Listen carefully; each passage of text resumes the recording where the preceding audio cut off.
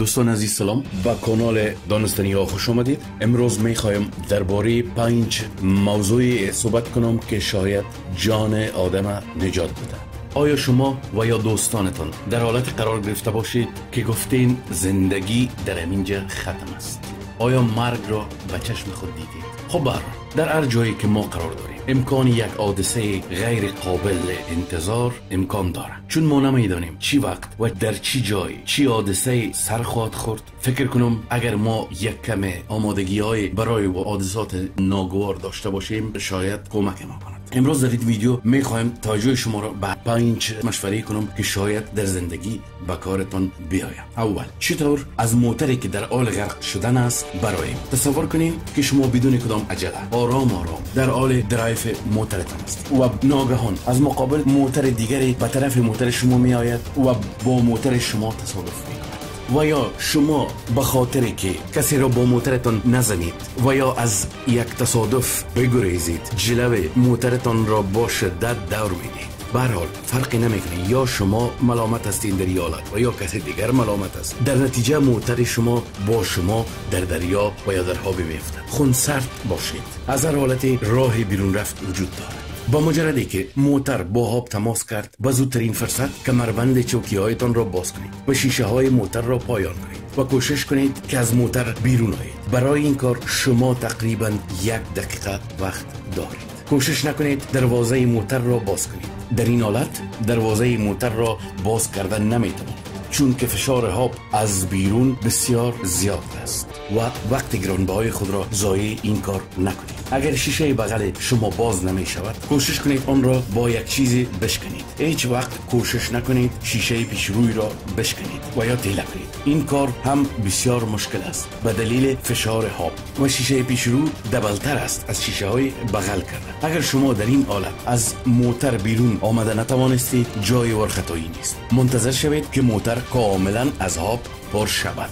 بعد از این فشار در داخل و در بیرون موتر 1 برابر می شود و شما می توانید دروازه را باز کنید و بیرون آیید. بعد از این با بالا شنا کنید و منتظر کمک باشید. دوم، دوستان عزیز، در این قسمت ویدیو صحبت دارم بالای صحت. چطور بفهمیم که یک نفر در حالت سکته قلبی است یا سکته قلبی آمده سرش؟ ما میخوایم این مسئله را بسیار خوب و مفصل تشریح بدم، چون که اگر کسی که سکته قلبی کرده به زودترین فرصت کمک شود جانش از مرگ نجات پیدا میکند.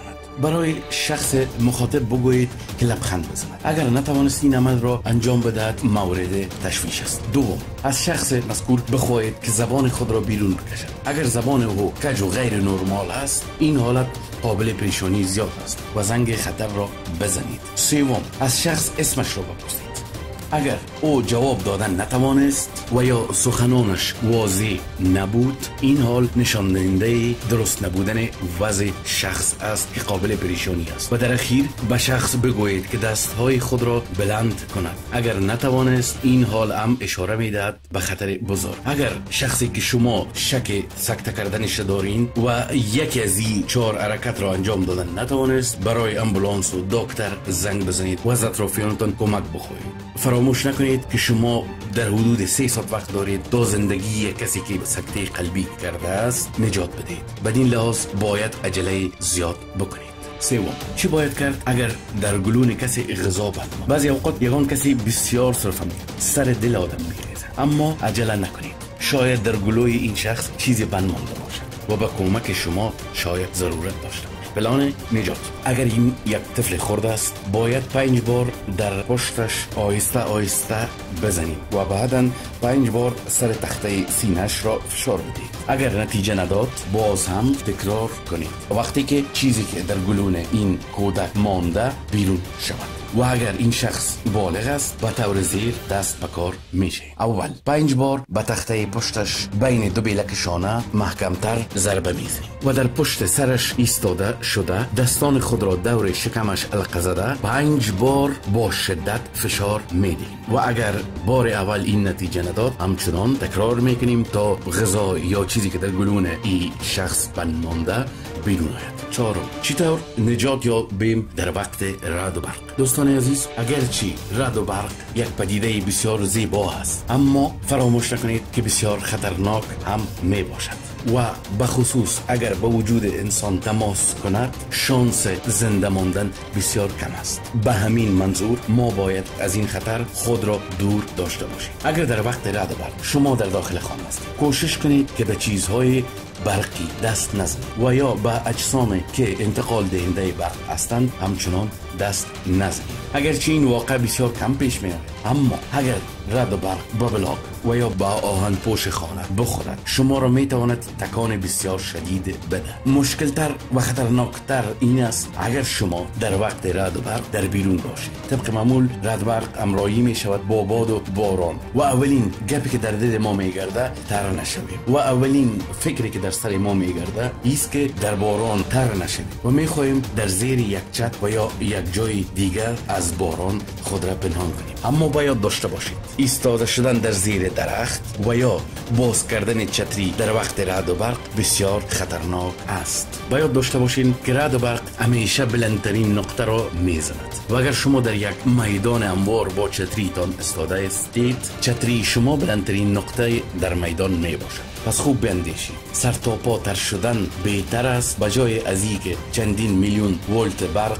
در یک زمان کوتاه از سر تا پای ما بگذره. و کوشش کنید که در دشت هموار یک جای چقر و یا یک کانال را پیدا کنید تا از رعد و برق نجات پیدا کنید. یک بازی در باران بهتر است از کباب شدن در میدان و همچنان هیچ وقت زیر درخت استاد نشوید، به خاطر که باز هم عموم مسئله رعد و برق میخوره به بلندترین نقطه بالا. پنجم، چی باید کرد اگر یخ زیر پای ما شکست و ما در زیر آب رفتیم؟ در این بخش میخوام برای شما توضیح بدم که دریاچه ها و جویچه های یخ زده بسیار خطرناک و غیر قابل انتظار می باشد. چی باید کرد اگر زیر پای ما یخ شکست و ما در داخل یخ رفتیم؟ و اگر این کار صورت گرفت، البته که جای ترس و اراس است، اما همیشه باید داشته باشید که در هر حال خونسردی و آرام بودن تضمین نجات است، به خاطر که عجله و وارخطایی در این حالت حال ما را بدتر خواهد ساخت. اگرچه آسان نیست آدم در این حالت عجله و وارخطایی نکنه، ولی باید داشته باشید که هنوز هم وقت برای نجات دارید. اگرچه این مدت بسیار کم است، باز هم کوششتان را کنید. به همین منظور باید بسیار عجله کنید. بعد از اینکه انسان در حاب یخ می افتد، بعد از 10 دقیقه عضلات وجودش فلج می شود و بعد از 1 ساعت انسان بیهوش می شود و به حالت کوما می رود. کوشش کنید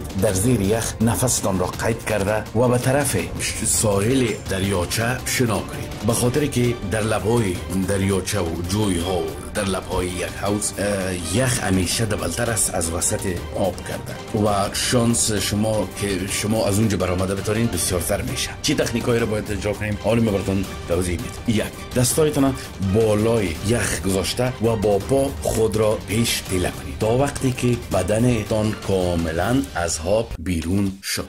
2. دست و پا را دراز کرده و در این حالت بمانید تا آب از لباسایتان بچکد و خود را کش کنید، اما به هیچ منظور استاد نشوید. تا زمانی که شما در روی یخ خوابیده اید، وزن بدنتان بالای یخ به شکل مساوی تقسیم می شود و فراموش نکنید وقتی که یخ شکست، شاید در 1 و یا 2 کوشش شما از یخ برآمدن نتوانید، به خاطر که یک بخش یخ که شکست کرد دیگه جایش هم شکست داره و آهسته آهسته کنده شده میاد. پس به این منظور تسلیم نشوید، کوشش کنید تا از آب یخ بیرون بیایید. با مجردی که از آب بیرون آمدید حتما کمک بخورید، حتما کسی را به کمکتان صدا بکنید، لباسهایتان را کاملا تبدیل کنید و چای گرم بنوشید و مهمترین است که فراموش نکنید به دکتر هم مراجعه کنید. با واسطه که شما فکر کنید اونقدر زیان زیاد به وجودتان نرسیده، باز هم باید دکتر شما را کنترل کنه.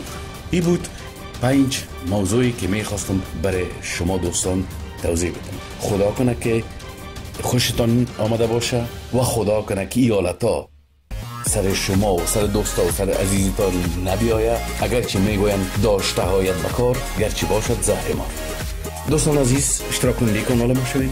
وقتی که اشتراک با کانال ما میکنین، در پالوی بخش اشتراک همونجا یک زنگ است، اون زنگ فشار بدین تا در آینده هم اگر میخواین ویدیوهای مرا ببینین، ویدیوهای بعدی را برای شما پیامش میرسه. ممنون. خدا حافظ.